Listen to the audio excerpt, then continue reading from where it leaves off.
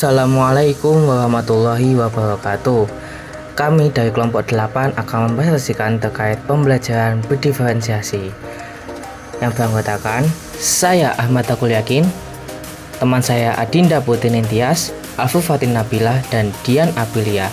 Di sini kami akan mempresentasikan terkait apa itu pembelajaran berdiferensiasi.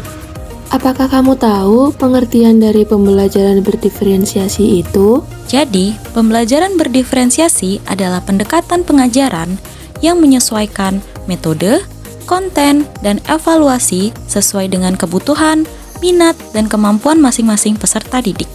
Tujuannya adalah untuk memastikan setiap peserta didik mendapatkan pengalaman belajar yang sesuai dengan gaya belajar mereka, sehingga dapat meningkatkan pemahaman dan motivasinya. Apakah kamu juga tahu ciri-ciri dari pembelajaran berdiferensiasi? Jadi, ciri-ciri dari pembelajaran berdiferensiasi adalah yang pertama, fleksibilitas metode, yang dimana metode pembelajaran dilakukan secara fleksibel sesuai dengan kebutuhan dari peserta didik.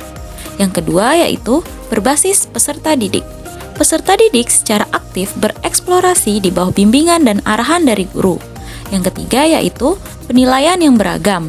Yang keempat, pengelompokan yang beragam, yang dimana pengelompokan siswa dilakukan secara fleksibel, misalkan secara mandiri, berkelompok berdasarkan tingkat kecerdasan, ataupun berkelompok berdasarkan modalitas belajar.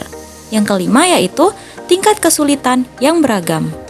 Hal apa saja yang perlu dilakukan untuk menyiapkan pembelajaran berdiferensiasi? Yang perlu disiapkan untuk menyiapkan pembelajaran berdiferensiasi, yang pertama adalah mengenal siswa. Lakukan penilaian awal untuk memahami kemampuan, minat, dan gaya belajar siswa.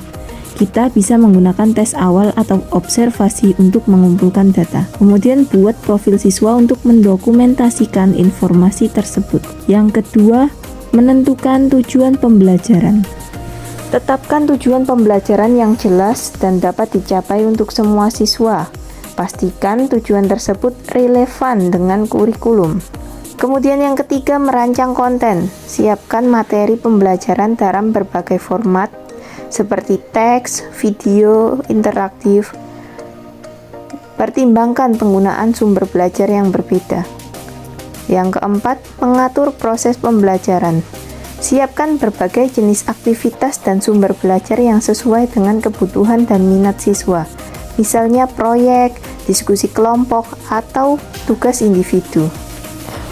Yang kelima, menyusun tugas dan penilaian. Buat tugas yang memungkinkan siswa untuk menunjukkan pemahaman mereka dengan cara yang berbeda. Gunakan rubrik yang jelas untuk menilai hasil kerja siswa. Kemudian memberikan umpan balik. Berikan umpan balik yang konstruktif dan spesifik untuk membantu siswa memahami area yang perlu diperbaiki. Lakukan refleksi bersama siswa untuk meningkatkan proses pembelajaran. Dan yang terakhir, melibatkan orang tua. Komunikasikan dengan orang tua tentang pendekatan yang digunakan dan bagaimana mereka dapat mendukung pembelajaran di rumah. Bagaimanakah contoh penerapan pembelajaran berdiferensiasi di kelas? Contoh penerapan pembelajaran berdiferensiasi di kelas. Yang pertama yaitu pengelompokan siswa. Guru mengelompokkan siswa berdasarkan minat. Misalnya dalam pelajaran sains, siswa yang tertarik pada hewan bisa dikelompokkan untuk membuat proyek tentang ekosistem hewan. Sementara yang tertarik pada tanaman bisa fokus pada fotosintesis. Yang kedua yaitu tugas dengan tingkat kesulitan berbeda.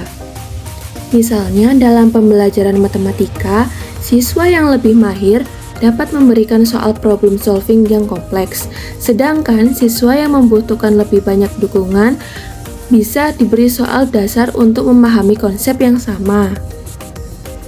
Yang ketiga yaitu menggunakan beragam metode pengajaran. Misalnya melakukan pembelajaran berupa visual dan kinestetik. Dalam pelajaran sejarah, guru bisa menggunakan video dokumenter untuk siswa yang lebih suka belajar visual. Sementara, siswa kinestetik bisa melakukan simulasi peristiwa sejarah tertentu. Sehingga adanya pembiasaan yang setelah dilakukan di dalam kelas, siswa dan guru dapat berinteraksi secara langsung meskipun kebutuhannya berbeda-beda. Sekian, apabila ada kesalahan mohon dimaafkan.